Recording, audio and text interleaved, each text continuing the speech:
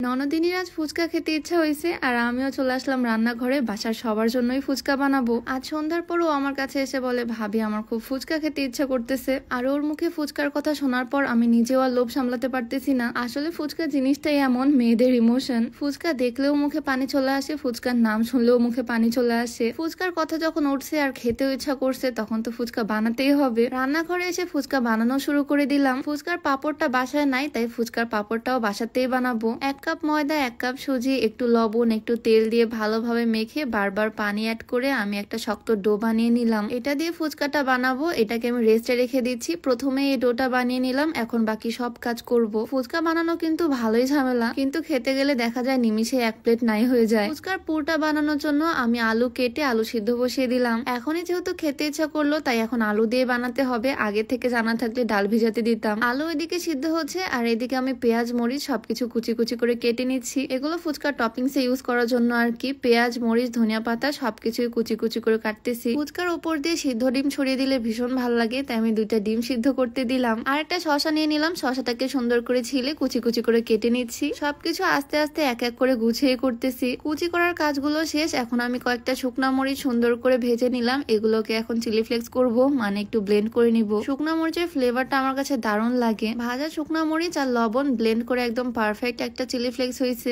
এখানে সব কাজ শেষ। এখন আমি টকটাও বানিয়ে নিচ্ছি। পুরা ফ্রিজ খুঁজে আমি এইটুকুই তেঁতুল পেলাম। কি আর করার, এটা দিয়ে করতে হবে। একটু লেবুও চেপে নিচ্ছি, অল্প একটু লবণ দিলাম, 1 চামচ চিনি, একটু এটার মধ্যে দিচ্ছি কাঁচামরিচ, একটু চিলি ফ্লেক্স। সবকিছু মিক্স করলেই টকটা রেডি। এটা দেখে তো মুখে পানি চলে আসতেছে একদম। ভিডিওর মাঝখানে তোমাদেরকে একটা প্রোডাক্ট দেখিয়ে দিই, যেটা হচ্ছে বডি হোয়াইটনিং ক্রিম। এই ক্রিমটা মেইনলি বডির জন্য। যাদের হাত পা গলা ঘাড় অনেক বেশি কালো তারা চাইলে এটা ইউজ করতে পারো। এটা অনেক বেশি কাজে দিবে। এটা খুবই দ্রুত বডি স্কিনকে ব্রাইট করতে হেল্প করবে। এইটা তোমরা perfect beauty BD glamorous Facebook page থেকে পেয়ে যাবা। আর তাদের পেজে এখন বাই 1 গেট 1 ফ্রি অফার চলতেছে, মানে একটা কিনলে সাথে আরো একটা ফ্রি। এটা ইউজ করলে 7 ডেজ এর মধ্যে রেজাল্ট তোমরা নিজেরাই বুঝতে পারবা। তো পারফেক্ট বিউটি বিডি গ্ল্যামারাস পেজটা আমার ডেসক্রিপশনে ট্যাগ করে দেওয়া থাকবে, চাইলে তাদের পেজটা ভিজিট করে আসতে পারো আর এই প্রোডাক্টটা পারচেজ করে ফেলতে পারো। যাই হোক, আমার ফুচকাতে ব্যাক করি। এখানে আমি সবকিছু রেডি করে ফেলছি আর আলুগুলো সিদ্ধ হয়ে গেছে। আলুগুলোকে এখন ভর্তা করে নিব। অনেক গরম, তাই একটা গ্লাস দিয়ে করতেছি। একটু আদা ভাঙা করে নিছি। ফুচকার সাথে আলুর কম্বিনেশনটা কিন্তু বেশ ভালো যায়। আমি একটু শুকনা মরিচ, একটু কাঁচা মরিচ, লবণ, একটু ধনিয়া পাতা, পেঁয়াজ সবকিছু দিয়ে ভালোভাবে মেখে নিচ্ছি।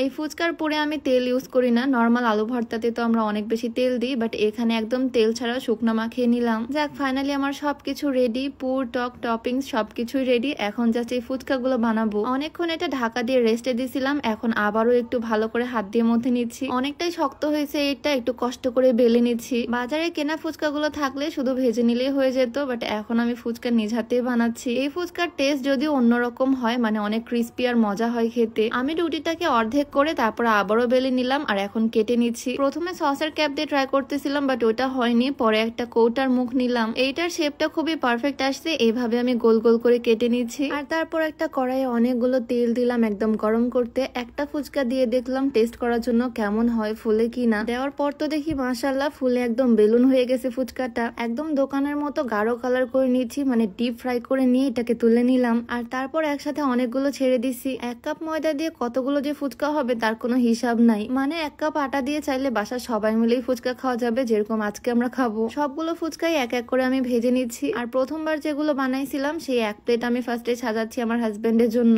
আমি যে কোনো কিছু বানালে ওকে ফার্স্টে দিই আর সুন্দর করে সাজিয়ে গুছিয়ে দিই, তাই এই পুরো প্লেটটা সুন্দর করে সাজিয়ে দিব ওকে। ফুচকাগুলো ভেঙে খুব সুন্দর করে আলুর পুর দিয়ে দিলাম ভেতরে। ওপর থেকে পেঁয়াজ কুচি দিলাম, একটু দিলাম মরিচ কুচি। মিডিলে একটা বাটি বসিয়ে তার মধ্যে টক দিয়ে দিলাম, মানে ফুচকাওয়ালা মামাদের মতো করে সাজাচ্ছি প্লেটটা। একটু শসা দিলাম, একটু ধনিয়া পাতা কুচি ছড়িয়ে দিলাম। আর এখন ওপর থেকে সিদ্ধ করা ডিমটা গ্রেট করে দিচ্ছি। ফুচকাগুলো দেখতে কিন্তু দারুণ লাগতেছে, মনে হচ্ছে একদম বাহিরের কেনা ফুচকা। সবকিছু ডান। ওপর থেকে একটু চাট মশলা ছড়িয়ে দিলাম। এখন ওকে এটা দিব। আমার তো দেখে মুখে পানি চলে আসতেছে, মনে হচ্ছে একটা এখনই খেয়ে ফেলি, বাট আমি আগে খাবো না, আগে ওকে দিয়ে ট্রাই করাই। ফুচকা জিনিসটা যদিও মেয়েরাই বেশি পছন্দ করে, বাট আমি ওকে 1 প্লেট বানিয়ে দিছি, দেখেও খেতে পারে কিনা। দেখতে আমার কাছে দারুণ লাগতেছে, দেখে মনে হচ্ছে খেতে অনেক মজা হবে। আর বাসায় একদম নিজ হাতে বানাইছি, হাইজিন নিয়ে কোনো প্রবলেম নাই, মানে একদম হেলদি ওয়েতে বানাইছি। খাওয়ার পর ওর রিয়াকশন দেখে তো আমার পুরো মুখে পানি চলে আসছে। যদিও ফুচকা জিনিসটাও খুব একটা পছন্দ করে না, তারপরও বেশ মজা করেই খাচ্ছে। এই 1 প্লেট পুরোটাই ওর জন্য, ও খেতে থাক। আর এদিকে বাকিগুলো দিয়ে আমরা এখন পার্টি করব, আমি আর আমার ননদিনী। তো আজকে ফুচকা বানাতে বানাতে তোমাদের সাথে একটু শেয়ার করলাম। ভিডিওটা কেমন লাগলো লাগলো অবশ্যই জানিও। দেখা হয়ে যাবে নতুন কোনো ভিডিওতে। সবাইকে আল্লাহ হাফেজ।